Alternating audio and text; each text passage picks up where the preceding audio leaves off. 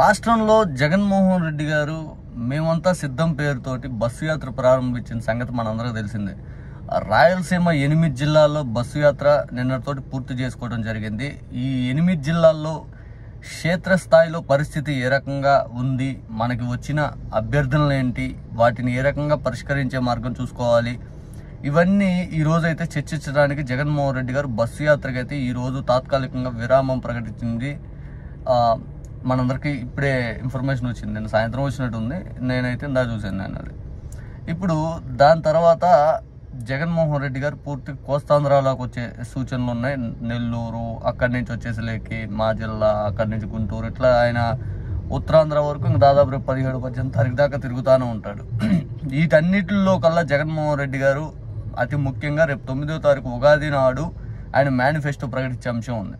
వీటన్నిటిపైన ఏ రకంగా ఆయన ముందుకెళ్ళాలి అని చెప్పి ఈరోజు పార్టీ నాయకులు, ముఖ్య నాయకులతోటి ఆయన ఒక సమావేశం అయితే ఏర్పరచడానికి సిద్ధంగా ఉన్నారు. ఇప్పుడు జగన్మోహన్ రెడ్డి గారి ముందు ఉన్న సవాళ్ళు ఏంటి అంటే మేనిఫెస్టోలో ఏ అంశాలు పొందుపరచాలి. ఎందుకంటే ఆయన ఒకటే అంటాడు, చంద్రబాబు నాయుడు గారి లాగా నేను రైతు రుణమాఫీ నేను చేస్తాను, డాక్రా రుణమాఫీ చేస్తాను, అందరిని దాక్ష నేను తెచ్చిస్తాను, మీ అందరికి రాత్రి కలల స్వర్గం నేను చూపిస్తాను, అమరావతిలో 10 లక్షల కోట్లు పెట్టుబడులు తెప్పించాను, అవి మీకే కనపడలేదు, చీకట్లో మొత్తం మీరు ఎందుకు మర్చిపోతారు, నాకు అర్థం కాదు, నేను చేసింది నన్ను ఎందుకు ఓడిచ్చారు తమ్ముళ్ళు, ఇట్లాంటి మాటలు మాట్లాడ్డా ఆయన.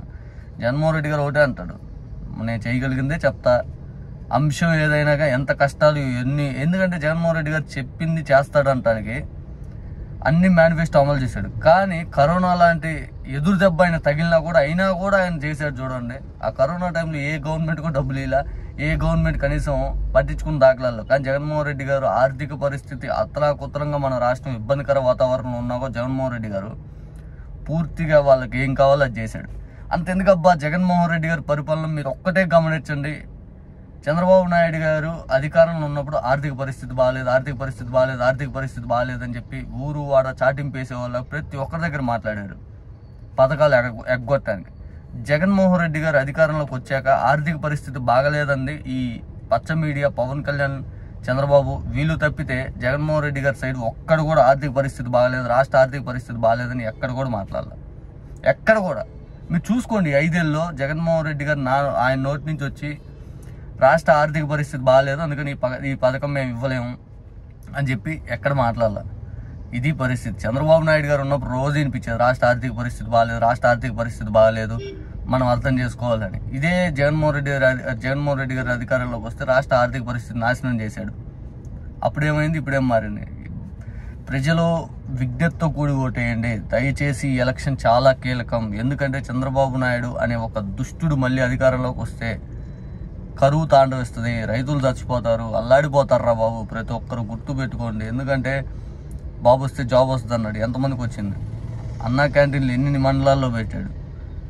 అరే మీకు ఒకటి అర్థంగా సింపుల్ లాజిక్ చెప్తాను. అన్నా క్యాంటీన్లో 650 పైచీలకు మండలాల్లో కనీసం 60-70 పెట్టాడు. ఆ 60-70 లేకపోతే 100 వేసుకోండి. ఆ 100 నియోజకవర్గాల్లో కూడా అన్నా క్యాంటీన్లు అమలు అవుతుంది. జగన్మోహన్ రెడ్డి గారు ఆపల, ఎలక్షన్ కమిషన్కి ఎక్కడ కూడా లేక కూడా రాయాల. అదే జగన్మోహన్ రెడ్డి గారు వాలంటీర్ వ్యవస్థ తీసుకొస్తే ఆపడానికి ప్రయత్నించి ముసలి వాళ్ళని, వికలాంగులను వీళ్ళందరినీ అగసాట్లు పాలు చేశాడు. ఇదే రాజశేఖర రెడ్డి గారి హయాంలో కూడా ఆరోగ్యశ్రీ పథకం అమలవుతున్న తరుణంలో ఎలక్షన్ నోటిఫికేషన్ వచ్చిందని చెప్పి ఆరోగ్యశ్రీని ఆపించిన ఆ పరిస్థితి మనం గుర్తు తెచ్చుకోవాలి. అంత క్రూరమైన వ్యక్తి చంద్రబాబు నాయుడు, అంత క్రూరం, ఆ క్రూరం మృగం ఆయన, ఇంకా చెప్పలేను. అంత